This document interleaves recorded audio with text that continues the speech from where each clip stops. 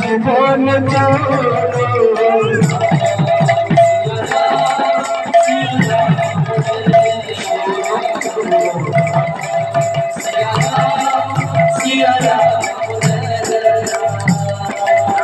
समस्त भक्तमान कर जीवन वंचित सुब्रत प्राप्त करते गुरु महाप्रभु शंकर शांति प्राप्त करते दुनिया में ताकि हमारा कल्पना